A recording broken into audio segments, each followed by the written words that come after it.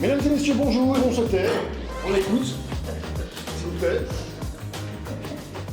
Tout le monde est bien installé? Tout le monde voit bien? Oui. Génial. On est parti pour 1 heure.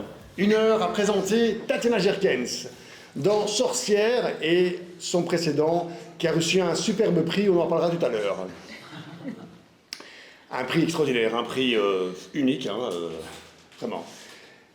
Tatiana Jerkens a écrit Sorcière, Sorcière. J'aime beaucoup ce mot. Pagnol disait, quand une sorcière est jolie, ça s'appelle une fée. Et nous avons aujourd'hui une jolie sorcière. Je précise, ce n'est pas un oxymore. C'est 2 mots qui vont bien ensemble, comme disait Michel. Tatiana, sorcière, pour moi ça évoque évidemment ce que tu aimes chez la femme, c'est-à-dire la liberté. La liberté, le fait de vivre seul, pas besoin d'homme, une indépendance, une vie avec une recherche dans la sensualité, comme tu aimes, comme tu nous le présentes, comme tu le fais, très bien, à travers la danse, à travers les gestes, puisque Tatiana est également une danseuse, une jolie sylphide, comme dirait Baudelaire. Quelques retardataires encore? Donc, on a tout un programme avec Tatiana. La danseuse, la comédienne, l'auteur, la poétesse et la grâce.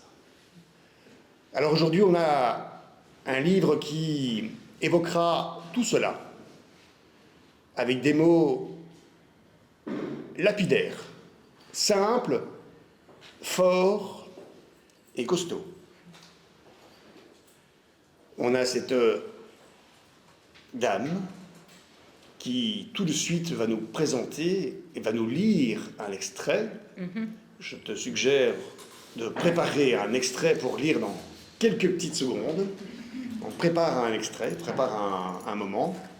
Et c'est moi qui dois choisir. Le livre, c'est toi, bien sûr, c'est toi la reine de la soirée, de la journée, de l'après-midi, de la nuit.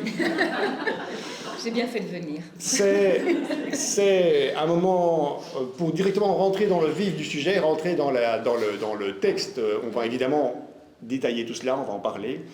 Mais il faut écouter d'abord un premier extrait pour savoir à qui on a affaire. Et on a affaire à Tatiana. Qui... Et on t'écoute déjà. Mais écoute, je pense que je vais vous dire le tout premier poème. Vas-y, par exemple, pas de précision. Je ne sais pas s'il est lapidaire, mais en tout cas, il introduit le récit. On l'a habillée de feuilles. Elle ne se souvient plus qui, un jour, quelle autre femme, peau de lièvre, peau de braise, des yeux sortis de l'enfer, de l'envers du verbe, un unique chuchotement. Tu seras muette, ma fille, et tu grandiras loin de la convoitise des hommes. Sous les feuilles, son regard clair comme la pluie, et déjà le premier souffle de la désobéissance. On absorbe ces mots, on absorbe ces phrases, et on se rend compte d'une chose, c'est que Tatiana, outre la sensualité, la femme, il y a une profondeur dans les éléments aussi. Donc justement, Tatiana, ce qui est formidable chez toi, c'est que non seulement tu parles évidemment de la femme, dans son ensemble, comme une espèce de grande toile, mais tu as aussi la nature qui est présente, la force de la nature. Parce que la nature est une force formidable, peut-être la plus grande force sur cette terre. Parce qu'on ne peut rien contre la nature. Et toi, tu la transcendes dans l'écriture à travers, justement, la grâce de la femme. Et cette grâce, tu la mêles avec tous les éléments. La flamme, le vent, l'eau, tout est présent, le bois, et aussi des parfums qui viennent. Donc, comment tu arrives, je ne demande pas la recette magique, hein, parce qu'il n'y a pas de recette magique, c'est ta propre recette, mais dans quelles conditions tu te mets pour écrire et nous partager, nous faire partager, nous donner l'envie de se dire, mais c'est incroyable, ce ne sont pas des poèmes ah chouette, je suis belle. Non, non, ce sont des poèmes où il y a. Ça, j'ai pas fait encore. Il y a une profondeur. Justement, c'est ce que je dis, il y a une profondeur incroyable. Oui. Donc, comment est-ce que je fais je crois qu'en poésie, ça me dépasse un peu. C'est-à-dire que ce que je ressens, c'est comme quand on se branche. Il y a comme un switch. Un décalage, quelque chose qui fait qu'à un moment donné, on ne sait pas toujours bien où est-ce qu'on va, mais ça s'impose. Et donc je ne sais pas expliquer comment ça se passe quand j'écris, mais je ne suis plus tout à fait la même. Y a-t-il un rituel? Y a-t-il un rituel de ta part? Non, mais la musique peut beaucoup m'aider. Quel genre de musique? Quel genre de musique? Des musiques de préférence où il n'y a pas de paroles, déjà, pas les chansons. Donc de la musique qui peut être de la musique classique ou de la musique qui va... Voilà, ce recueil, il a été écrit vraiment avec notamment deux musiques principales qui étaient le Conte d'amour de Prysner, je ne sais pas si je dis bien le nom de ce compositeur qui a composé principalement pour les films La double vie de Véronique, etc. Kieslowski, ça, oui. Voilà, Kieslowski, et j'aimais énormément ce compositeur. Et cette musique-là, elle m'a happée, et elle m'a accompagnée quasiment durant toute l'écriture. Donc dès que je la mettais, je mettais mes écouteurs, j'allais dans un café pour écrire, et c'était parti. Et je retrouvais cette sorcière qui était là et qui faisait... Voilà. Et il y avait aussi l'hiver de Vivaldi. Ah oui. Je ne sais pas pourquoi. L'hiver? Ah oui, l'hiver. Donc, parmi les quatre, l'hiver. L'hiver. C'est celui-là. T'es une fille du froid, alors? Non, pas du tout. Et... non, vraiment pas. L'hiver est très pénible pour moi. Et pourquoi l'hiver? Je commence un petit peu tout doucement à me dire que je vais ressusciter. Non, j'aime pas du tout. Je préfère l'été. Et au niveau de la musique, c'est l'hiver qui te mais parce que c'était... Non, j'aime bien la musique de l'été Vivaldi, mais c'était l'hiver, le violon avec l'hiver et cette force qui était là, en fait. Oui, l'hiver est très très beau. L'hiver est très très beau. Oui. Parmi les quatre, c'est vrai que l'hiver est assez intense. Le rituel, ça c'est un rituel, on va dire, de lieu, avec la musique, mais y a-t-il quelque chose que tu bois, du café, du thé, de l'eau minérale, du whisky, de la vodka, non, de l'amaretto? Non, eh bien non. On ne dévoile pas les secrets. Je vais te décevoir, même si j'aime beaucoup le vin rouge, et certaines personnes dans l'Assemblée le savent. Mais je n'écris pas quand j'ai bu. Non, en fait, c'est impossible. C'est mieux. Donc non, je crois que... Non, je trouve que je n'ai même pas envie de répondre parce que ça va... Ah non, mais je ne demande pas... C'est toi qui as dédié de l'alcool. Moi, je t'ai demandé... Mais non, mais ça rendrait même la chose un peu plate si je disais que je bois du thé au miel et au citron. Une camomille? Non, pas de camomille. Une petite tisane. Un thé, miel, citron. Mais fort, tu as un thé fort. Vas-y, un thé noir. Thé noir, oui. pas de thé vert. Fort. Strong, bien strong. Un thé de cosaque. Non, mais... Ouais. 3 tasses d'abord. 3 tasses, une page, 3 tasses, une page, 3 tasses. Donc voilà, donc cher Gaëtan, je pense pas qu'à ce niveau-là, je sois... non, je pense que... Ça, à un moment donné, ça va s'imposer, ça va être là. Alors, ça peut être certaines heures de la journée, la nuit, mais je sais pas, c'est... pourquoi à un moment, le poème vient... Quel est justement ton moment pour écrire? Y a-t-il un moment, un moment propice à l'écriture, un moment où tu te dis voilà, c'est maintenant, c'est plus personne ne m'ennuie, je coupe mes réseaux sociaux, je coupe mon téléphone, je me mets dans ma petite bulle et j'y vais? Non. J'aimerais bien dire souvent la nuit, parce que j'ai la paix, mais ce recueil... Tu dors la nuit, tu dors? Non. Tu... Mais... Fais dodo, fais dodo. J'essaye. Non, ça c'est vraiment mon point le plus faible, c'est le sommeil. Voilà. Mais on n'est pas là pour parler de mon hygiène de vie. Non, je parle des rituels, je parle des moments et il se fait que, alors voilà, ceci dit, c'est pas une mauvaise question parce que ça n'a rien à voir avec l'écriture, mais la nuit, j'aime beaucoup. Alors le problème c'est que j'aime beaucoup la nuit, mais je trouve que l'aube est magnifique aussi. Alors il faut choisir. Donc c'est un peu compliqué. Et donc je trouve que quand je suis forcée de me lever très tôt le matin, c'est tellement beau, mais en général, c'est vrai que j'ai tendance à être une nocturne. Ça m'est arrivé quelquefois de sortir la nuit parce que j'habite dans la campagne. Une noctambule alors, carrément. J'aime entendre la chouette. Je rêverais de rencontrer un loup, c'est pas encore arrivé, mais les renards, oui.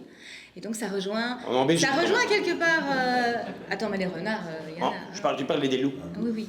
Les loups, il y en a quelques-unes. Voilà. Mais donc oui, la nuit est quelque chose qui est un moment très particulier où un autre langage, une autre musique émerge, où déjà les oiseaux ne chantent plus. Pourquoi ? Parce que justement une ambiance. Il y a une ambiance et c'est un autre monde qui se révèle. Et du coup, ça rejoint quelque part un petit peu mais c'est marrant parce que la sorcellerie, le côté oui, mystérieux. Il y a un contraste aussi entre toi qui est un être de lumière, avec cette nuit, il y a justement, tu bascules dans une ambiance qui est à l'opposé de ce que tu émanes. Est-ce que justement, c'est cette opposition, cet antagonisme qui fait que tu te sens dans un élément bien parce que tu illumines dans cette nuit noire? Non, parce que ça réveille ma part sauvage. Je suis un animal sauvage. Je suis pas un homme domestique. On le sent. Tu déposes ton verre, s'il te plaît, et tu nous lis un deuxième poème. Plus loin. Très court, comme ça. On va rebondir là-dessus. Très très court, oh mon Dieu. Je parle de lumière, mais je sais pas quel poème tu. C'est pas grave, de toute façon ils sont tous bons, donc. Pioche, fais pif paf pouf pouf. Vas-y, celui-là. Ah, celui-là. Ben voilà. Elle a des lèvres qui écoutent, des yeux qui déjouent l'invisible, une gravité presque joyeuse, un refus de la somnolence.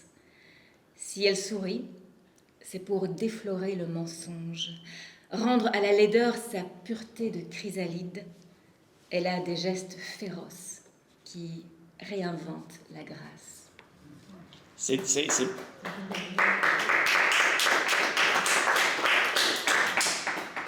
Elle a des gestes féroces qui réinventent la grâce. C'est pas magnifique ça, comme opposition. Il y a souvent cette opposition chez toi. Tu parlais d'écrire la nuit, tu es un être quand même de lumière, tu es un être très solaire. Il y a souvent le contraste chez toi, dans ta poésie, que ce soit dans Sorcière ou le précédent. C'est ce qui donne aussi une profondeur. Et c'est ce qui apporte aussi une richesse dans ta poésie. Dans ta poésie, et je vais y venir tout de suite, il y a aussi beaucoup d'érotisme. J'ai des fois l'impression... Je dirais de sensualité, en fait, plus que peut-être... Oui, oui, même je sais que mes yeux d'homme, bien sûr, mais il y a une espèce d'érotisme, et là je vais utiliser une image assez forte, si tu me permets. On dit toujours que l'auteur écrit en trempant sa plume dans l'encre, dans de l'encre.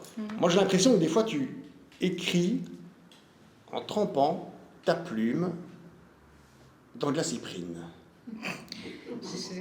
J'adore. Je vais garder. Je trouve cette phrase merveilleuse et je l'approuve. Ben oui. Oui. C'est ce que je ressens, vraiment. Parce qu'il y a une part de sensualité mêlée à l'érotisme, mêlée à aussi une ambiance qui n'est pas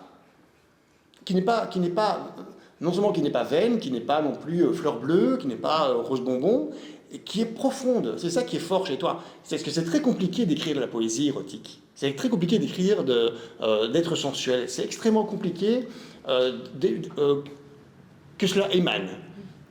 D'émaner, de faire comprendre, de passer un message. Et chez toi, ça passe bien. Ça passe bien parce que non seulement tu nous le passes, nous délivres via le papier, via l'écriture, via les pages, mais tu le joues également. Je t'ai vu d'ailleurs sur scène dans Sorcière, on en parlera en fin d'émission, on en parlera. On t'a vu sur scène avec une amie dans la salle d'ailleurs, qui est là-bas au fond. Isabelle, on t'a vu sur scène. Et c'était accompagné au piano par Corentin, Oui. qu'on salue d'ailleurs. Corentin Choufani, qui est un pianiste jeune, talentueux. Très jeune, oui. Et c'est très important ce que tu as fait, c'est de t'entourer de gens talentueux. Tu t'entoures de gens talentueux. Ah bah je préfère, oui. Ah bah oui, mais ça au départ tu ne le sais pas. Tu ne le sais pas, tu peux très bien te fourvoyer, te planter. Alors là, je mets un bémol, je vais pas m'engager dans quelque chose qui est important pour moi avec quelqu'un où je trouverais que même s'il m'est sympathique ou elle m'est sympathique, ça ne colle pas. Ouais. Ça... Artistiquement parlant. Artistiquement parlant, je Oui. suis très exigeante. Ouais. Oui, et c'est tant mieux, et c'est tout en ton honneur. Parce que, évidemment, justement, il y a plein de trucs où on reviendra. Hein. Le spectacle que tu fais avec Cazares et Camus, également. Il y a aussi cette force, tu le tournes, tu le joues depuis un petit temps maintenant, et il y a aussi cette rigueur, il y a aussi cette force, oui. cette puissance de texte qui en fait est dans l'efficacité scénique également. Et c'est ça, je veux en venir là-dessus, c'est Sorcière qui se lit à voix haute et se joue. Oui. Donc tu as vraiment un spectre très... Attends, peut-être génial. Merci. Donc il y a vraiment un spectre. Quel est là où tu te sens? Est-ce que quand tu écris, tu imagines directement la scène ou bien non, c'est d'abord l'écriture, c'est d'abord une sensation, c'est d'abord une idée, c'est d'abord... Qu'est-ce qui te vient? Qu'est-ce que tu projettes comme image? J'écris. Et avant toute chose, c'est l'écriture qui est ma colonne vertébrale depuis toujours, depuis toute petite. Et après, je me dis que ça pourrait être pas mal sur scène, tout simplement. Et voilà, donc c'est vrai que j'ai interprété Incandescence. J'aime bien dire mes mots, j'aime bien les partager. Et je l'avais déjà expliqué, c'est vrai qu'Incandescence a d'abord existé oralement. Enfin, ça existait par écrit, mais je n'osais... Enfin, voilà, j'avais X raisons qui faisaient que je ne l'envoyais nulle part. Mais par contre, je faisais exister ces textes dans des scènes slam ou des scènes poétiques, etc. Et j'adore, en fait. J'aime énormément parce que il se passe quelque chose. Voilà. Et Sorcière, oui, Sorcière est pour moi un conte poétique. C'est vraiment... une histoire. D'ailleurs, j'étais frustrée parce que je ne peux pas dépasser mon nombre de pages. Et en fait, j'avais envie d'encore raconter plein de choses sur ce personnage.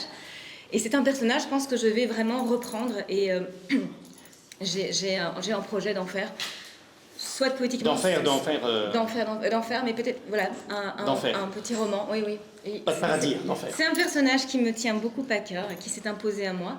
Et alors, ce qui est très drôle, c'est que je vous jure vraiment que quand je l'ai écrit assez rapidement, ce qui n'est pas spécialement ma façon de fonctionner, j'étais persuadée, convaincue que ça n'avait absolument rien à voir avec moi. Autant Incandescence est extrêmement personnel, autant Sorcière, je m'étais vraiment dit, et je raconte, enfin, elle est arrivée, cette sorcière est arrivée devant moi, cette femme, cette petite fille, puis qui a grandi et qui devient cette jeune femme, parce qu'elle est très jeune et qui est dans une pureté absolue de rencontrer le vivant.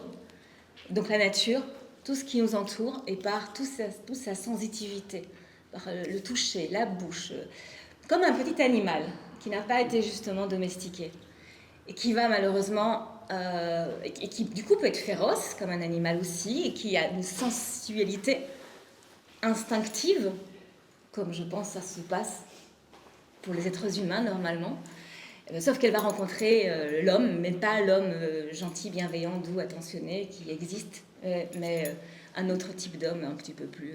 et voilà, et qui va brutaliser cette pureté en fait, sexuelle, mais qui reste quelque chose de très pur. Voilà. Et elle va devenir sorcière, mais voilà, une sorcière, malgré tout, est une femme qui peut devenir pas cruelle, mais il ne faut pas jouer avec elle non plus. Il y a plusieurs cordes. Voilà. Oui, c'est ça. Au corps d'une sorcière, il y a plusieurs cordes à l'arc d'une sorcière. Et justement, c'est un peu comme une c'est marrant parce qu'Hilda est là et je pense directement, j'ai le flash de la lyre. De la lyre, l'instrument, hein, pas la lyre. Oui. Et comme une corde comme ça que tu. Oui. Musicale, comme ça que chaque corde a un son et chaque son émane une sensation. Et ce qui est assez étrange dans l'écriture, je pense que tu ne me diras pas le contraire, et les personnes qui écrivent ici aussi, c'est parfois le côté soit de prémonition, soit... il se fait que quand j'ai eu terminé le recueil, j'ai fait lire à 2-3 personnes, et puis qui après m'ont dit, mais tu parles de toi? C'est toi en fait. Non. Et puis après, quand j'ai regardé, je dis, en fait, si, ça me ressemble quand même pas mal. Et en plus, il y avait des choses que j'évoquais, que j'ai vécues. Enfin bref, je me suis dit, non, j'ai pas émasculé un homme, ça non. Mais, non, ça c'est ta force, c'est ta force. Non, mais justement, c'est ta force. J'allais venir, oui. C'est ta force parce que c'est la mode aujourd'hui de couper les attributs masculins. Et toi, justement, tu as cette force justement de mettre en avant, de mettre en valeur, parce que tu as même un projet on le sait, on en a déjà parlé, tu as un projet, parce qu'on se connaît en fait, hein, on fait semblant comme si on se connaît, on se connaît un petit peu, voilà. Mais attention, on n'y met pas d'ambiguïté, parce que... les gens pensent ce qu'ils veulent, hein. De toute façon, quoi que tu dises, les gens pensent ce qu'ils veulent, donc on ne peut rien contre cela. Ce que je veux dire, c'est que tu as un projet aussi qui est dans la continuité de Sorcière, à mettre l'homme en avant, la sensualité de l'homme en avant, et ne pas, comme je me répète, comme c'est la mode en ce moment de castrer, tu sais, sans pour autant en faire des chanteurs, hein, castrés tout court. Et il y a ce pouvoir chez toi que tu as. Et j'aime bien cette sorcière qui aime l'homme et qui met l'homme en avant, tout en gardant sa pureté, son côté sauvage, et en même temps son autonomie. Oui, mais en même temps, dans le recueil, ici, Gaëtan, elle est quand même face à un peu... il n'est pas topissime, cet homme-là. Donc, malgré tout, elle va quand même... Il y a un passage où elle dit clairement ce qu'il n'est pas, on va dire. En oui, gros, mais elle se défend, elle le remet au monde, elle lui fait l'amour bestialement, mais elle le remet au monde par sa puissance de femme. Voilà, cette puissance, elle se reconnecte à cette puissance de femme. Voilà, mais je lirai le poème s'il faut, mais... Peut-être.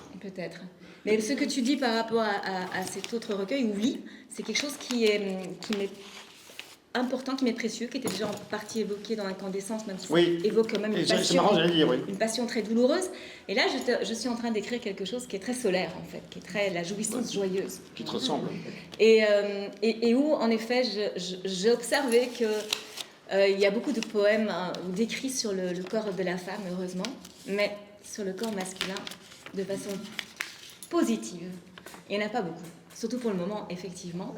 C'était fort moi, durant voilà, il se fait que j'aime l'homme. Oui. Voilà, l'homme, voilà, j'aime pas tous les hommes. Mais je veux dire, c'est normal. Je suis pas du tout en guerre contre... Non, mais j'apprécie, et je n'ai pas honte de le dire. Je trouve qu'un corps masculin est tout aussi beau. Et j'avais envie de le célébrer aussi à travers une forme d'érotisme, mais bien solaire et joyeux, sans souffrance. Et voilà. Mais qui procède de ma propre sensualité, ma propre sensitivité, ma propre sexualité, mais où il n'y a pas d'affrontement, il n'y a pas de douleur, c'est juste... Voilà. Ça sera très très beau pour moi. Oui. Mais de l'écrire pour moi, ça sera très beau. C'est marrant parce que ça fait fort penser à la Renaissance italienne, où le corps masculin était justement mis en avant avec Michel-Ange, enfin tu vois, quand tu vois le David, quand tu vois toutes ces beautés sculpturales, sont très intéressantes, autant chez la femme comme chez l'homme. Botticelli a peint aussi des femmes somptueuses, mais Michel-Ange a vraiment donné, je trouve, à l'homme une place importante au niveau du physique, au niveau de la force, au niveau de toute cette puissance, cette énergie sexuelle, tu vois, cette puissance. Et moi, justement, j'aimerais lire un petit passage, si vous le permettez. J'ai beaucoup aimé ce passage-ci. Je vais lire dans le désordre, je vais d'abord lire d'abord un passage et puis l'autre, parce que je trouve que je lis et je raconte après. Donc, elle dévore les nœuds de l'interdit, la parole ancienne qui lapide toute espérance. Elle ouvre sa poitrine, révélant la puissance crue. L'affront d'aimer pur, elle ne s'épargne aucune cicatrice. Elle ne s'épargne aucune cicatrice. C'est puissant, ça, comme image. Ben, quand on veut aimer, il y a toujours un risque. Et cette sorcière, et j'ai envie de dire moi, pareil, si je décide d'aimer, ben j'ouvre et j'y vais. Quitte à être blessée. Ouais. Mais je préfère ça, et là je voilà.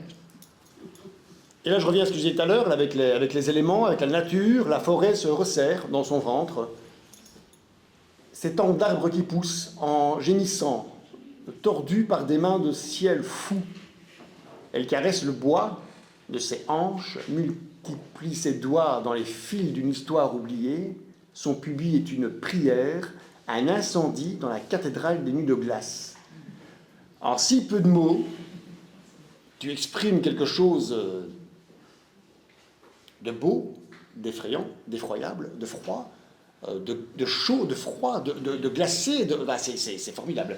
C'est ce qui fait ta puissance et ta force poétique. Aucun mot n'est de trop. Parce qu'en général, quand on écrit beaucoup. Hein, on écrit. Et tu as déjà cette force d'utiliser les mots nécessaires, les mots utiles, sans emphase, sans vouloir en faire de trop. Tu vas à l'essentiel. Ça, c'est, je trouve, une de tes forces. Ça, c'est d'où cette force extraordinaire au niveau de l'écriture, c'est quand même formidable. Enfin, je trouve que tu as... Est-ce que tu écris, après tu gommes, ou tu gardes directement les phrases, elles arrivent telles quelles? Je veux tout savoir. Ouais. C'est intéressant parce que je trouve que ton travail de poétique est très intéressant. Bien sûr qu'il y a du retravail. Ce qui se passe, c'est que ça vient bien sûr d'une traite, mais après tu vas retravailler. Et j'ai fait de la musique, enfin je pense que je suis musicienne. Et pour moi, la poésie est musique, rythme. Donc je fonctionne beaucoup à... Je vais entendre quand il y a un mot qui est de trop, quand ça... Je sais pas, c'est vraiment quelque chose qui est comme une forme de cuisine, mais... et donc parfois, mettre un synonyme ne fonctionnera absolument pas. C'est une fausse note. Bah oui, ce sera une fausse note. Et c'est ça que je cherche, c'est un peu comme quand on est sur scène, on cherche la note juste dans la manière de dire un mot. C'est pas évident. J'ai eu dernièrement une grande discussion avec quelqu'un de très proche et on parlait de poésie et je crois que je fais une grande différence entre la simplicité et la facilité. La simplicité n'est pas quelque chose d'aussi simple et souvent on pêche par facilité. C'est-à-dire que moi je trouve qu'il y a parfois beaucoup de choses qui sont faciles et je n'aime pas la facilité. Et chaque écriture est différente, mais chez moi en effet ça procède de ce que j'appelle le trébuchement, la collision qui va créer une image, une sensation, une émotion. Et si je mets quelque chose qui pourrait paraître banal, il faut que ce soit finalement l'éclat qui va faire que ce ne sera pas banal du tout. Donc c'est vraiment un travail d'orfèvrerie, mais qui passe par le ressenti. Donc c'est pas, au départ, c'est pas du tout intellectuel. Ça vient... Et puis à un moment donné... Oui, c'est sauvage, quoi. Ça sort. Oui. Mais en effet, il y a une précision à avoir dans ce qu'on veut. Oui. C'est ça que je n'aime pas, c'est justement quand j'ai l'impression que des textes seraient prévisibles et on attend la rime. Enfin, quand ce sont des rimes, on attend la rime, on la sent venir ou... on n'est pas étonné, enfin voilà. C'est très drôle, j'allais justement décidément, pourtant on n'a rien préparé, hein, je vous rassure, mais j'allais parler de rimes. Chez toi, les poèmes ne riment pas, non. Et pourtant, il y a une musicalité permanente. Ça, c'est aussi une force que tu as. Il n'y a aucune rime, c'est écrit, c'est très lapidaire, hein, c'est très, très laconique. Quand on regarde comme ça, vite vu, c'est laconique, c'est lapidaire, c'est peu de mots, mais riche, fort, puissant, c'est des baffes dans la figure même des fois. C'est quelquefois on se mais c'est ça qui est intéressant. C'est ça qui est intéressant, c'est de recevoir des baffes dans la figure, c'est de recevoir, de se dire waouh, de se dire purée, mais comment fait-elle, comment cette métaphore aussi qui est forte. tu as aussi beaucoup de métaphores, Oui. Tu as un sous-texte, comme au théâtre. Comme au théâtre, tu as la première lecture et puis tu as le sous-texte. Ça, c'est aussi une force chez toi. Franchement... Bien vu, j'ai envie de dire. Parce que non, mais c'est vrai. Oui, souvent, et surtout, je dirais, quand ce sont des textes érotiques, sensuels, je n'aime pas... Voilà, je ne fais pas partie des personnes qui vont être dans ça peut être cru, mais ce ne sera pas... grossier, oui, voilà. Là, grossier, ça c'est sûr à 100% que non. Non, ça c'est sûr. Je déteste. Mais donc, j'aime bien ce qui est suggéré. Et pour moi, ce qui est suggéré est parfois bien plus fort. Vous savez, c'est un peu comme quand, si je suis à poil devant vous, oui, d'accord, mais si je mets un truc un peu transparent... C'est beaucoup plus... Ça va attirer votre œil. Vous vous demandez, mais qu'est-ce que... Ça, ouais, on attire, on veut savoir. Indéniable. On est d'accord. C'est sûr. Enfin, les femmes le savent parce qu'elles le savent. Bah oui, évidemment. Et donc, et c'est un peu ça aussi, quelque part. C'est d'amener à suggérer. Et alors, vous allez vous dire, ah bah oui, mais alors elle parle de ça. Wow. Oui, je parlais de ça en fait. De cette manière-là. Mais cela dit, ça pourrait être autre chose. Et ça, j'aime bien quand il y a deux lectures possibles. Des sous-entendus, oui. Oui, c'est qu'on peut... Et qu'après, je laisse le lecteur libre d'y voir ce qu'il aura envie d'y voir. D'ailleurs, parfois, on voit des choses que je ne pense pas y avoir mis. Et je rajoute même un truc, tu ne prends pas le lecteur pour un imbécile comme beaucoup d'auteurs le font. C'est-à-dire que tu donnes des phrases et le lecteur, finalement, l'interprète à sa manière. Oui. Tu n'es pas en train de dire « je suis en train de vous dire ceci ». Non, ce n'est pas du tout ça. C'est une phrase et vous la prenez comme vous le sentez. Ah oui, je ne veux pas expliquer. Voilà, tu n'expliques pas. Ça, c'est très bien. Tu laisses vraiment le libre choix. Tu laisses une porte ouverte. Tu laisses une femme ouverte, comme on dit au théâtre. Et ça, c'est aussi une force de ta poésie. Et parce que je pense que tout ne doit pas non plus être compréhensible du premier coup. Non, que ça, je pense qu'il y a des poèmes qui sont pas toujours... Enfin, si on prend René Char, tous ces poèmes, il y a des poèmes que je ne comprends pas spécialement non plus. Et j'ai pas besoin de les comprendre. Mais par contre, il se passe quelque chose. Il y a une force. Mais intellectuellement, je n'ai peut-être pas compris exactement ce qu'il voulait me dire, mais en fait, moi, ça ne me dérange pas. J'adore l'exemple de René Char. J'aime bien aussi des poèmes très très simples. Oui. Il n'y a vraiment pas d'opposition que je fais. Mais voilà. C'est beau ce que tu dis avec René Char, parce qu'il y a aussi comme chez toi, il t'a parodié, hein. Il t'a piqué les idées, c'est clair. J'aurais adoré rencontrer cet homme. T'étais comme ça quand il est parti, hein. T'étais toute petite. Certainement, mais voilà. Non, je veux dire, c'est que René Char aussi, comme toi, il a, enfin toi comme lui plutôt, des textes très courts, très lapidaires et puissants. Presque comme plus chez lui que chez toi. Chez lui, j'ai l'impression que chaque morceau de poème est un aphorisme. Ça, c'est sa puissance. Chez toi, il y a quelque chose de plus métaphorique, de plus sauvage. Chez René Char, quand même, c'est presque quasi des aphorismes. Ce que je voudrais, c'est que tu nous lises encore un autre extrait, s'il te plaît, Tatiana. Pas celui que je viens de lire, donc pas celui de la page 25. Parce que je l'ai expressément noté, je me suis dit, on ne va pas lire la page 25, parce que je viens de le lire.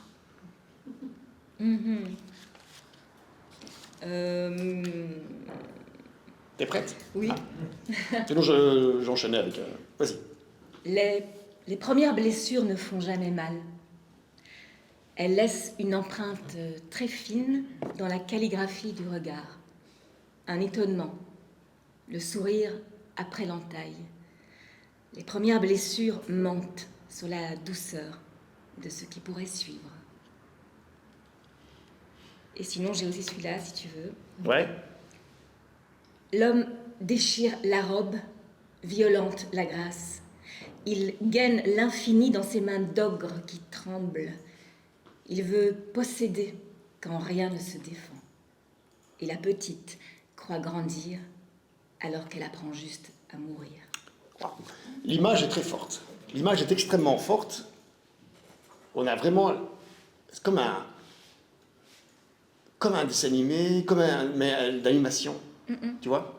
On voit l'ogre, on voit la fille, on voit l'image, on voit... C'est assez fort. Alors ça, c'est judicieux parce qu'effectivement, je pense que je suis quelqu'un qui a beaucoup... les images sont là. Et je suis passionnée de cinéma. J'ai fait des études de cinéma aussi. Et même si je ne suis... Voilà, c'était pas fait pour moi d'écrire des scénarios parce que justement, ça manque de chair, ça manque de... Voilà. C'est très littéral, hein. Voilà, oui. on ne peut pas vraiment mettre de la littérature dans un scénario. Et, mais en revanche, il m'est arrivé parfois de voir des films et de me dire Ouah, c'est comme ça que je veux écrire. Voilà, le verre qui trempe dans la main, tout est dit. Et c'est ça qui se passe quand j'écris en fait. J'ai des images et j'essaie de traduire effectivement ces images. Et donc, Oui. c'est vrai que je parle beaucoup des sensations, mais en fait le visuel est quand même là. Oui. Oui. Et c'est marrant parce que David Lynch vient de nous quitter et je trouve que tu as quelque chose de David Lynch aussi. Justement dans les silences. Tu vois, au théâtre, ce qui est intéressant, je mets beaucoup de David Lynch dans le théâtre et réciproquement. Ça fait toujours penser à Lucien Guitry, donc le papa de Sacha Guitry. Les fans lui disaient Monsieur Guitry, j'aime beaucoup vos moments de silence quand vous êtes sur scène. Et Guitry répondait c'est normal, ce sont les miens.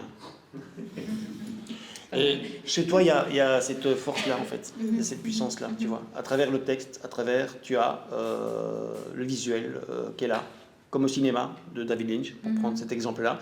Et aussi, tu as un côté aussi cinéma asiatique. Un cinéma asiatique qui est très épuré. Attention, tu vas me dire le film... Non, pas de cliché. Non. Et le cinéma asiatique, on va dire dans l'ensemble de l'œuvre du cinéma asiatique, c'est-à-dire, ou la peinture asiatique. D'accord. Tu vois, c'est toujours très épuré, c'est comme chez toi, pas beaucoup. Les mots suffisent, les quelques mots que tu mets suffisent à exprimer ce que tu as exprimé. Pas besoin de faire du Victor Hugo, quoi, tu vois. C'est marrant parce que je pensais pas qu'on... Hein? Le cinéma grec. Le cinéma grec, oui. Tu la connais, cette dame, là? Je ne sais pas qui c'est, elle s'est imposée dans la salle. Mais C'est ça, oui. Et non, mais c'est vrai, et donc je pensais que... je pensais pas qu'on dirait ça de moi, en fait. Donc je suis un peu surprise. Je suis tellement habituée à ce qu'on dise plutôt le contraire, et le foisonnement, le côté un peu excessif ou trop, et ceci. Parce que moi, c'est depuis que je suis jeune, on me dit que je suis trop ceci, trop cela. Mais c'est intéressant parce que un des livres qui m'avait fascinée, c'était celui de Fabienne Verdier, qui est La passagère du silence, et qui raconte cette femme, cette jeune fille, toute jeune fille qui veut apprendre l'art de la calligraphie. Et je viens d'évoquer la calligraphie du regard. Oui, exactement, oui. Et je l'ai pas fait exprès. Et elle va partir au fin fond de la Chine pour apprendre, et donc elle va rester. Et là, c'est vraiment l'apprentissage de recommencer avec une humilité, rien que pour faire un geste. Alors vous imaginez pendant, je sais pas, 10 ans, et ça paraît rien. Et ça m'avait tellement bouleversée parce que ça rencontre un peu peut-être cette exigence que j'ai dans l'écriture aussi, de chercher, voilà. Tu l'as dit au tout début de l'entretien, tu as dit que tu travaillais ton écriture comme un travail d'orfèvre. Oui. Et voilà, tu rejoins. Tu viens de faire la boucle avec la calligraphie, qui est un travail extrêmement minutieux. Et ça, je trouve que le résultat, il est là, en fait. Tu vois, tu as beau travailler énormément sur tes textes. C'est comme la danseuse, hein. Quand la ballerine, tu la vois voltiger, tu fais « ça a l'air facile ce qu'elle fait ». Mais c'est des années de travail. C'est ça qui rend justement cette grâce. Et là, on revient dans l'antinomie. Cette grâce, cette force de la grâce. Et chez toi, il y a aussi ça, c'est cette force de la grâce, cette puissance de la grâce, ce moment incroyable de la grâce. Je voudrais que tu nous lises comme ça, de manière inopinée, s'il te plaît, Tatiana, un poème d'incandescence, qui est ton ancien recueil, parce qu'évidemment, on va parler 30 secondes, voire un peu plus, de ce recueil-là, puisque tu as eu, je le rappelle, un prix extraordinaire avec ce... Qu'est-ce qu'il y a de marrant? je vais lire un poème justement un peu érotique, ça fait du bien, ça réchauffe. Je te dirai la bouche d'épines de mes seins, mordue par le désir, la rondeur exquise d'un frisson, comme d'un sous-bois éreinté de soleil, la renarde aux aguets, la biche ombrée des cuisses, le chant qui trie au ventre des chasses matinales. Je te dirai la langue érectile des orages, le feulement des fièvres sauvages, la harde nue et bondissante de mon corps gémissant à cambrer sans relâche, à user, déflorer, décaper, rompre de ses digues, rompre d'un seul cri. Et la pluie impatiente de mes lèvres la verse comme chant de lutte de toutes mes lèvres. Vous avez vu?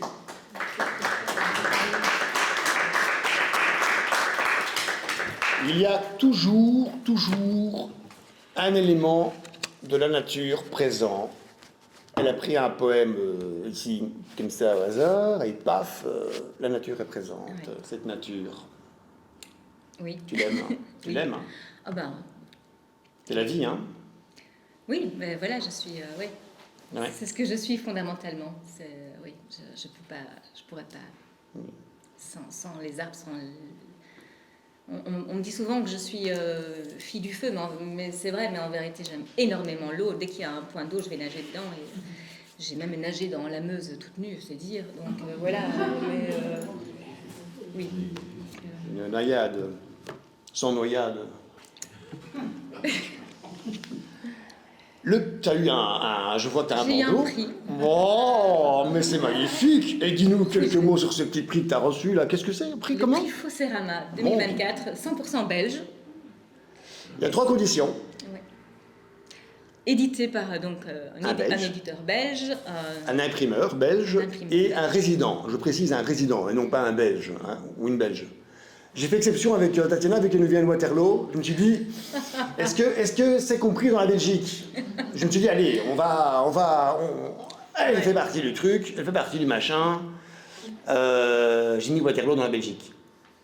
Et alors c'est drôle ce que tu dis, enfin c'est pas drôle, mais je veux dire, c'est une petite parenthèse. Non, c'est pas drôle ce que je dis. Comics. Non, mais c'est que le recueil, vous savez qu'à Paris, il y a la librairie Wallonie-Bruxelles où se trouvent les auteurs belges. Et je te passais en me disant, tiens, au fond, et par hasard, vous avez Incandescence. C'est mon recueil, on ne sait jamais. Il regarde, je ne le trouve pas, moi. Je lui dis, bon. Et puis, en fait, il l'avait foutu dans le rayon des noms belges.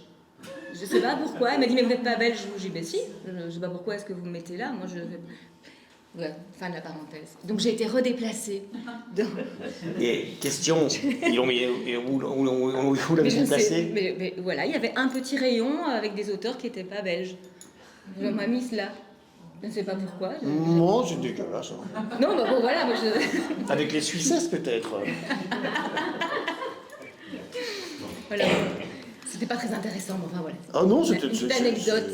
C'est drôle, je trouve ça voilà. super drôle. Ne soyons pas trop sérieux dans la vie. Tu disais tout à l'heure qu'on te posait beaucoup de questions concernant ta manière d'écrire, Si vous posez des questions concernant Oula. quelque chose de plus général comme ça. Alors est-ce que tu... J'ai envie de te demander, quel classique n'as-tu jamais lu? Un grand classique. Juste un, pas... Quel classique? Je parle bien de classique, hein. Oh mais je vais me griller. C'est pas grave, on s'en fout. On est entre nous. Et en plus, je crois que j'en ai lu plusieurs que je n'ai pas lu, hein, sincèrement. Que tu as commencé, qu'ils sont tombés des mains. Non, mais juste, oui, Madame Bovary, je ne l'ai jamais lu. Et il est tombé des mains. Non. Il est tombé, c'est bon. Mais en fait, il y a des livres vraiment qui sont là, comme Belle du Seigneur, etc. Ce sont des livres qui sont là dans ma bibliothèque et je sais que je vais les lire un jour. Anna Karénine, je ne l'ai pas encore lu. Voilà. Donc, Très bien. mais j'ai lu La main de Edith Chatterley. Tardivement, mais j'ai adoré. Hein, donc, oui. Mais il est épuisé pour l'instant, il paraît. Hein. La main de Edith Oui. Chatterley? Oui. Ben, il est chez moi. Il est... Voilà. Elle n'a pas capté, c'est pas grave. Ah d'accord. Oui. Il est épuisé. J'ai compris. Oui, mais quand on l'a expliqué, c'est plus drôle. C'est plus drôle. C'est vraiment une interview pour que je paraisse ridicule. Après. J'ai posé tout à l'heure, mais je voudrais te la reposer de manière plus, on va dire, factuelle. Pour l'inspiration, préfères-tu la montagne, la forêt, la ville? Dans quel lieu préfères-tu pour l'inspiration? On le sait, moi je le sais. Mais qu'est-ce que tu préfères? Tu préfères te balader dans la montagne, dans la ville, comme ici, en plein centre-ville, place de Brocaire, ou que sais-je, ou dans les bois? À ton avis? Je connais la réponse. Voilà, dans les bois. Dans les bois, dans les bois, et en plus je lis en marchant, donc voilà, je suis... Et elle boit en plus. Non, je ne bois pas en marchant, dans les bois. Je suis extrêmement une ascèse absolue. Voilà. Le lieu où tu préfères écrire?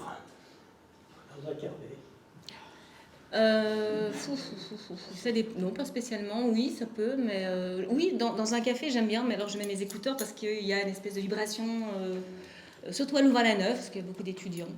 Mais je sais pas, dans mon lit aussi. Enfin, je sais pas. Il y a beaucoup d'auteurs qui écrivent dans leur lit. Hein. Oui, ben voilà. Énormément. Zola écrit dans son lit, par exemple. T'imagines? Et Rougon Macquart dans le lit, quoi. Avec quel auteur aimerais-tu dîner? Quand je dis auteur, c'est auteur ou aimerais-tu dîner? Mort ou vivant, hein. Enfin, de préférence vivant, c'est mieux.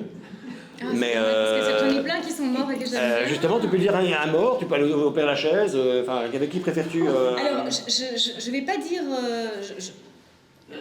les poétesses, parce que tout le monde sait que les poétesses sont très importantes pour moi, Alexandra Pizarnik, etc. Mais si je vais choisir pour dîner, eh bien, je choisirais Gaston Miron, qui est mort, parce qu'il a fait pour moi le plus beau poème qui soit. C'est le poème que je voudrais qu'on lise quand je serai morte. Bah, tu seras jamais morte. Et voilà, donc déjà, donc c'est bien, c'est enregistré, comme ça c'est parfait. Et c'est La Marche à l'amour. Et donc ce poème, La Marche à l'amour, la première fois que je l'ai lu, ça m'a bouleversée. Et puis j'ai eu la chance de voir Babix qui le dit, qui le chante. Et je peux vous dire, à chaque fois, ça coule, je pleure. Voilà. Et ça, c'est un homme qui a écrit un poème d'amour juste époustouflant. Oui, il est certain qu'on fait donc je voudrais chose, pouvoir avoir l'occasion de manger avec lui, parce que je pense que ce serait beau d'entendre dire des choses très belles. Voilà. Très égoïste. Pour compléter cette question et ta réponse, à plus forte raison, de quel auteur te sens-tu le plus ou la plus proche? La plus proche. Peu importe. Enfin, oui, homme ou femme, peu importe. Ah. Quel auteur te sens-tu vraiment le plus proche? Mais j'en ai plusieurs. Qui m'ont profondément... Alors je dirais qu'il y a longtemps eu Colette, qui a été mon grand amour d'adolescence. C'est très bon, Colette. Voilà, qui m'a vraiment imprégnée. Et puis j'aime les personnes qui sont les pieds dans les salades, dans la terre, et qui ont un côté bien vivant. C'était une bonne vivante, elle aimait bien boire du vin, manger, etc. Donc, et faire l'amour, moi j'aime bien, tout ça c'est beau, c'est gai. Et en même temps, il y en a, je dirais Mireille Sorgue, qui a écrit Lettres à l'amant. Et ce sont des lettres incroyables, d'une maturité, d'une profondeur. Et c'est la seule, pour moi, c'est une de celles qui a justement parlé du corps masculin, de son amant, en fait, de façon magistrale, mais qui est décédée très jeune, parce qu'elle s'est jetée d'un train. Donc ça me rejoint bien aussi, parce que j'ai parfois un côté un peu absolu. Enfin, j'ai pu l'être. Toi, Anna Karénine, Voilà, on rejoint Anna Karénine, et donc oui. Voilà. La boucle, tu vois, c'est fou. Hein, comme tu rejoins toujours, tu reviens, on fait comme une petite chatte, tu retombes sur tes pattes. Touc. Je trouve que c'est bien. Pour un peu rigoler, pour un peu s'esclaffer, le repas qui était impossible d'avaler. Oh là là. Déjà rien que de... moi je n'aime pas trop, je sais pas, des yeux ou... des abats ou du serpent. C'est psychologique, hein, parce qu'il paraît que c'est très bon, mais moi je sais pas, bon. Et oui, et puis ce que parfois les hommes ils aiment bien, les abats, les rognons, les triples, moi je n'aime pas. Donc voilà, non, c'est pas trop mon truc. Non, voilà, t'as le droit de pas aimer. Hein, Quelle est ta phrase ou ta citation fétiche? C'est pas même une de tienne, pas de problème. Alors j'en ai une pour l'instant que j'aime beaucoup, et je vais essayer de la retenir maintenant parce que tu me poses cette question. Tu peux la paraphraser. Hein. Attends. L'estime de soi ne dépend pas de l'approbation des autres. Voilà. Ça c'est bon, ça. C'est la phrase que je porte pour l'instant en étendard. Voilà. Quel pays te fascine? Ah, mon Dieu. Et sur lequel tu aimerais peut-être écrire des poèmes, tu vois Les pays du Nord, les pays de l'Est, la Russie, la Sibérie, c'est mon rêve d'aller au lac Baïkal. Et sinon, les pays du Nord, l'Islande, je ne sais pas pourquoi, je rêve d'aller en Islande. Et tous les pays du Nord, et pourtant, j'aime pas le froid. C'est ça le problème, j'ai un côté paradoxal quand même. C'est pas étonnant, venant de toi. Quand même, parce que j'adore l'Italie, j'adore les pays chauds. Moi, voilà, mais si tu parles de fascination, je suis plus fascinée par les pays du Nord et je n'ai aucune explication à ça. Voilà, je crois qu'il y a quelque chose de mystérieux, il y a quelque chose... Ça fait partie de toi. Des grandes... Dans une dernière question pour essayer ce petit florilège. Dans quel siècle aurais-tu aimé vivre?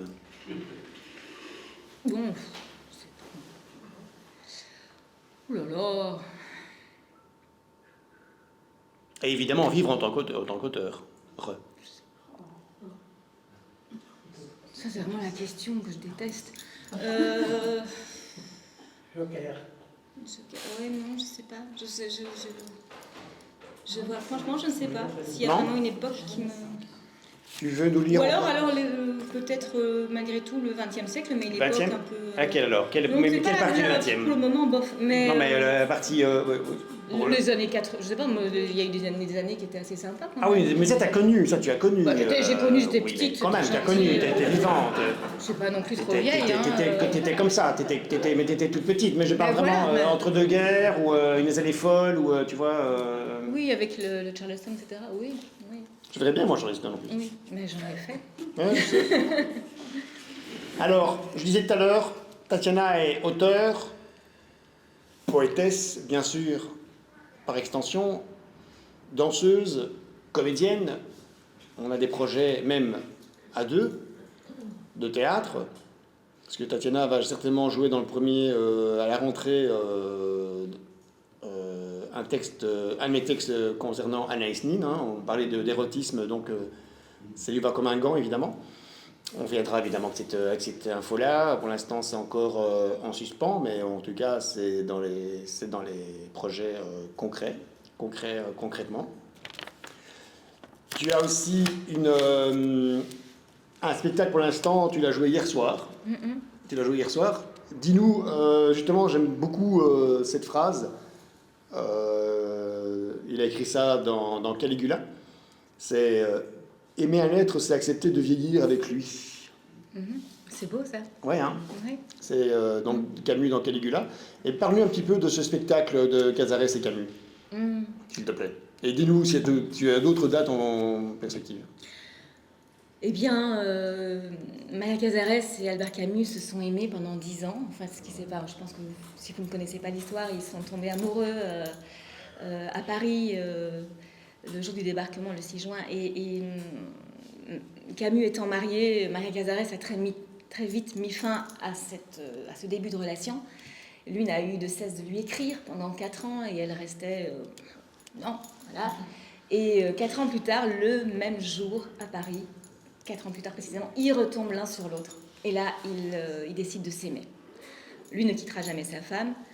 Et ils vont s'échanger. C'était l'époque où, effectivement, il n'y avait pas de téléphone portable, de WhatsApp, etc. Et donc, il fallait s'écrire.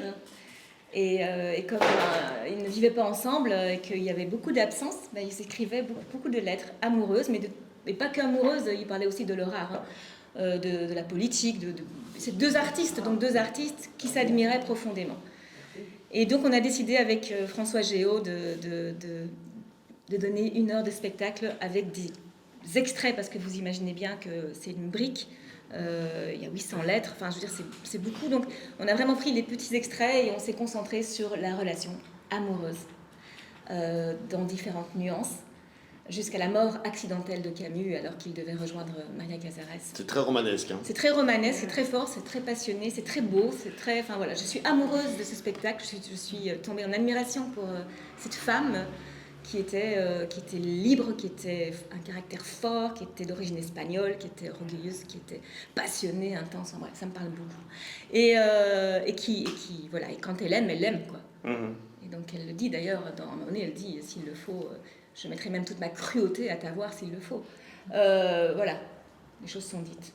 Mais il y a beaucoup d'intelligence dans leurs échanges.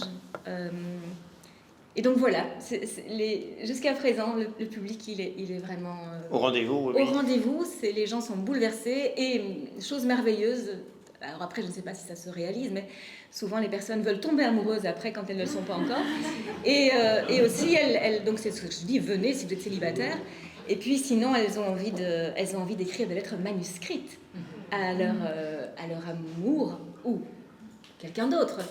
Mais voilà, donc, et ça c'est chouette parce que ça veut dire, ben oui, on n'écrit pas la même chose quand on écrit une lettre manuscrite, quand on prend le temps d'écrire une lettre manuscrite, Complètement. que quand on écrit dans la discussion, qui est tout aussi bien, mais tout de suite on s'échange et on n'a pas de traces de toute façon. Oui, c'est éphémère. Oui. C'est éphémère et on n'a pas de traces. Tandis que quand on prend le temps d'écrire une lettre, on sait que ça prendra plusieurs jours pour arriver, et donc on y met d'autres choses, une autre intimité. Et en plus, tu l'as joué hier soir. Hier soir, nous étions le 14 février. Voilà, c'était la Saint-Valentin. Magnifique, hein. Donc c'est plus alors. Hein. Oui. Y a-t-il d'autres dates? Oui, donc c'est prévu qu'on le joue. Déjà, de toute façon, on va le jouer à Scarboucle, une petite librairie de Scarbeck, le 14 ou le 15 mai. C'est pas encore sûr à 100% de la date. On devrait le jouer dans un théâtre à Bruxelles, près de la gare centrale. Oui, la Galerie Mortier. Voilà, et aussi à Louvain-la-Neuve, à la page d'après. Et il y a d'autres possibilités, et je suis en train de chercher un lieu à Paris, voilà, où ça pourra se jouer aussi. Magnifique. Oui. Bravo, bravo, bravo, bravo. Sorcière.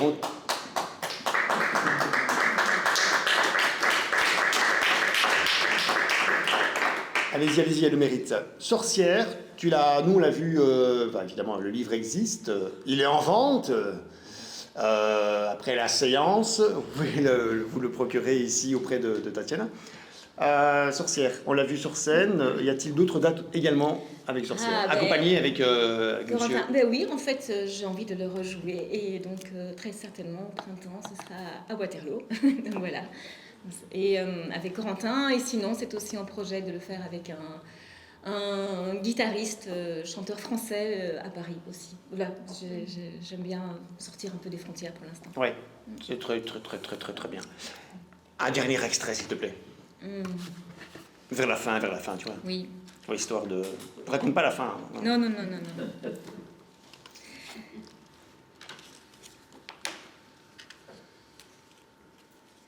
Parce que femme, reliée, invincible, et le monde bat au rythme de son ventre. Femme, sur l'homme et sur la terre, dans l'éblouissement de l'aigle qui tourne à ses poings.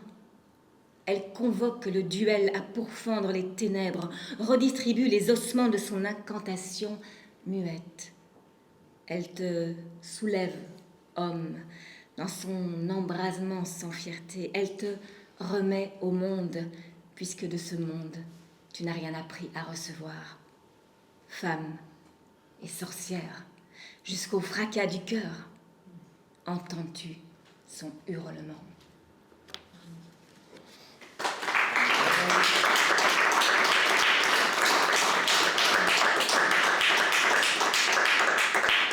C'est peut-être les plus douloureux, les hurlements que l'on n'entend pas. Et on va dire que cette sorcière, va en baver, elle va déguster. Ce personnage, tu vas le mettre en scène, avec une suite. Tu vas l'explorer davantage, puisqu'il mérite d'être exploré. Il mérite, en tout cas, d'être davantage... d'exister, de vivre, de bouger, comme toi, en fait, d'avoir plusieurs vies à travers ces péripéties, ces vies, avec l'histoire de l'homme aussi. Va-t-elle rencontrer d'autres personnages, ou d'autres femmes aussi, pourquoi pas, soit des alliés, soit des ennemis, soit des concurrentes, ou justement créer une espèce de sororité. C'est multiple. Oui, et puis c'est intéressant parce que au-delà même de l'idée de la sorcière, ou enfin de ce mot, il est évident que je parle effectivement de la féminité, mais je parle aussi de tout un chacun, c'est-à-dire de cette liberté qu'on veut parfois avoir, ou de l'élan qu'on peut avoir, que ce soit à aimer, à désirer, peu importe, à explorer, et où la société, le monde peut nous blesser, peut nous emprisonner, peut nous juger. Ça revient à la fameuse phrase, les signes de soi ne dépendent pas de l'approbation des autres. C'est pas pour rien que je l'apprends, parce que c'est vrai que on est très souvent jugé, mis en case et en cage, et je pense qu'en moi, oui, il y a une envie souvent de dire, bon Dieu de bon sang, mais foutez-moi la paix, laissez-moi être qui je suis, tout simplement, et ne me jugez pas. Dans ta poésie, et on va terminer là-dessus, il y a aussi quelque chose c'est personnel, bien sûr. J'ai parlé tout à l'heure de phrases lapidaires, de phrases presque comme dire aujourd'hui les jeunes, des punchlines, qu'on se prend en pleine figure. C'est costaud, c'est serré, un peu comme un café italien. Donc c'est pour ça qu'il faut déguster. Oui. Le café italien se déguste. Parce qu'on boit trop de café. Je ne parle pas du café SNCO, je parle vraiment du vrai café italien, vraiment le ristretto. Il se déguste. Ta poésie, c'est un café italien. C'est un bon café qui se déguste. À Rome. Voilà. Par exemple, place d'Espagne, par exemple. Voilà, c'est magnifique. Bel endroit à Rome. Lisant cette poésie, en voyant les belles italiennes passer, moi ça me plairait. Je m'y vois déjà. D'ailleurs, je vais prendre un billet tout de suite.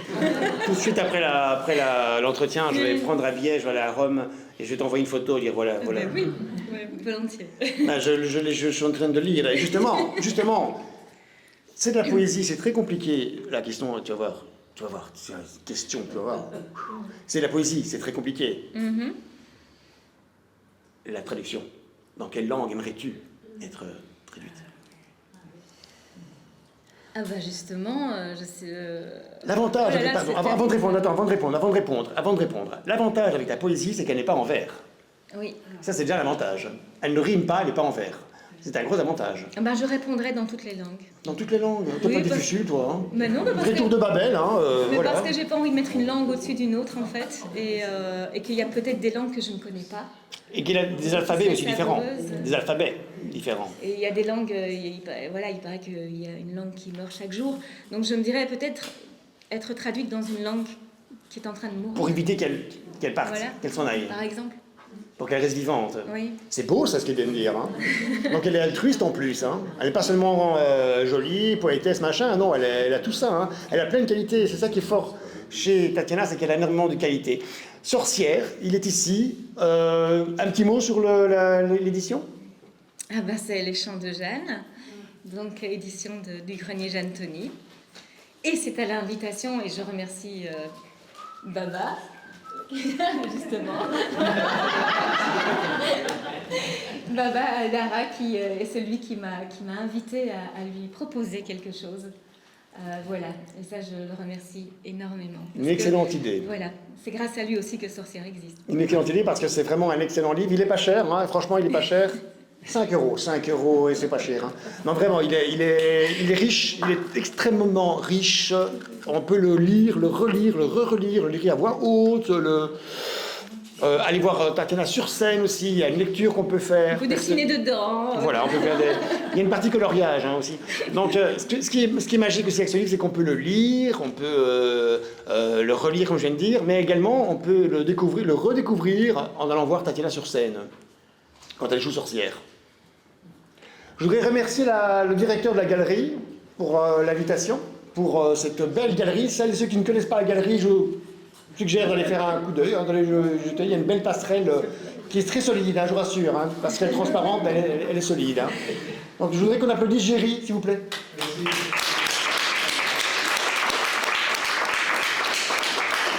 Merci Géry. Moi j'aime bien, j'aime bien l'énergie qu'il y a dans cette galerie, et puis quand il y a quelqu'un, un invité comme Tatiana, ça ne fait que renforcer la bonne énergie. Merci à vous mesdames et messieurs. Nous allons passer maintenant à des lectures poétiques, si cela vous dit. Est-ce que quelqu'un aimerait... Peut-être des questions, peut-être. On va d'abord vous accorder 5 minutes pour vous découvrir les jambes, boire un verre. Ah, carrément. Alors c'est mieux. Prendre un café, fumer une cigarette, tremper vos plumes dans de la cyprine. Ce qui ça va rester. Voilà, oui, ça va rester.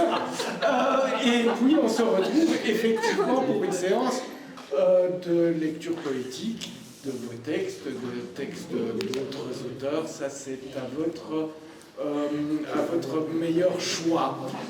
En vous remerciant encore tous les deux pour cet entretien pour le moins vivant. Merci.